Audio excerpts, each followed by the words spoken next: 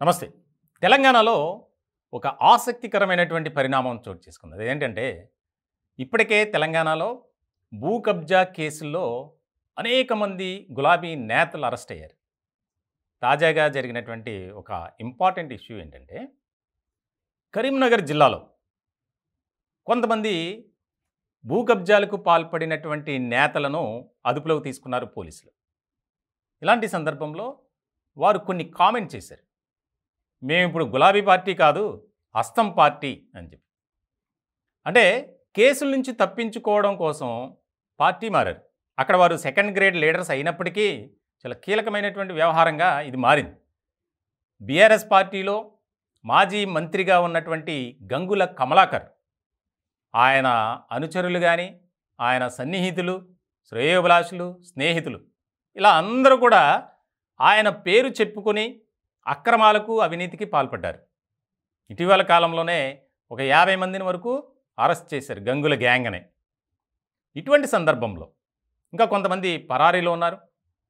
వారు చేసిన పని ఏంటంటే, కాంగ్రెస్ నాయకుల ద్వారా వారితో సంప్రదింపులు జరిపి, మేము చేసినటువంటి తప్పులన్నీ ఒప్పుకుంటున్నాం, దయచేసి మమ్మల్ని మీ పార్టీలో చేర్చుకోండి అని చెప్పి కరీంనగర్ జిల్లాకు సంబంధించినటువంటి కాంగ్రెస్ నాయకులను అప్రోచ్ అవ్వటం, వారు ఒప్పుకోవడం, వీరు జాయిన్ అవ్వటం జరిగిపోయింది.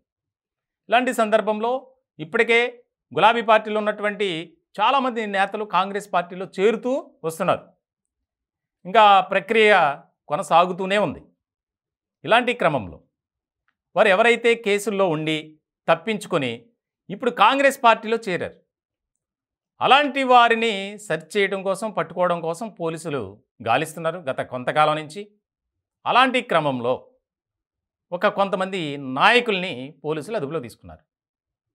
మేము ఇప్పుడు బీఆర్ఎస్ పార్టీ కాదు సార్, కాంగ్రెస్ పార్టీ అని చెప్పి పోలీసులతో వాదన. ఏ పార్టీ అయితే మాకు సంబంధం ఏంటి, మీరు మాత్రం ఈ కేసులో ఇన్వాల్వ్ అయి ఉన్నారు కాబట్టి మిమ్మల్ని అరెస్ట్ చేస్తున్నాం అని చెప్పి వారిని పోలీస్ స్టేషన్కి తీసుకెళ్లారు. ఇలాంటి క్రమంలో చాలా కీలకమైనటువంటి వ్యవహారం.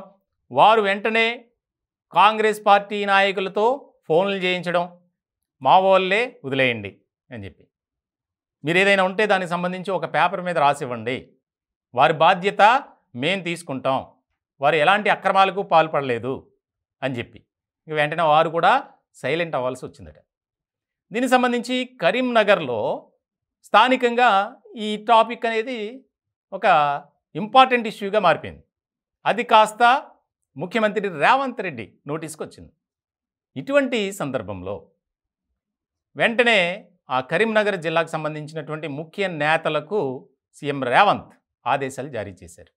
ఇటువంటి వ్యవహారాల్లో ఇన్వాల్వ్ అయి మా వాళ్ళే కదా వదిలేయండి అనే మాట కనుక ఎవరైనా చెబితే వారు ఎవరినైనా కూడా నేను వదిలిపెట్టేది లేదు, వారిని పార్టీ నుంచి సస్పెండ్ చేయడమే కాదు, వారిపై క్రిమినల్ చర్యలు కూడా తీసుకోమని ఆదేశాలు జారీ చేస్తాం, తస్మాత్ జాగ్రత్త అని చెప్పి వార్నింగ్ ఇచ్చినట్లు తెలుస్తుంది. అంటే ఇప్పటివరకు చేసే అక్రమాలు, అవినీతి కార్యక్రమాలు, అసాంఘిక ఇవన్నీ చేస్తారు అధికారాన్ని అడ్డు పెట్టుకొని ఈ 10 ఏళ్ల పాటు. ఇప్పుడు ఏంటంటే కేసులకు భయపడి కాంగ్రెస్ పార్టీలో ఉంటే మన జోలికి ఎవరు రారు, మనం సేఫ్ జోన్లో ఉండొచ్చు, మనల్ని ప్రొటెక్ట్ చేస్తారు కాంగ్రెస్ నాయకులు అని చెప్పి భావించారు. ఇలాంటి సందర్భంలో ఆ పప్పులేమీ ఉడకలేదు. దానికి సంబంధించి కొంతమంది కీలకమైనటువంటి నేతలు ఎవరైతే పరారీలో ఉండి అక్కడి నుంచే మంతనాలు జరిపి కాంగ్రెస్ పార్టీలో చేరినటువంటి వారిని అదుపులోకి తీసుకొని అరెస్ట్ చేశారు కరీంనగర్ జిల్లా పోలీసులు.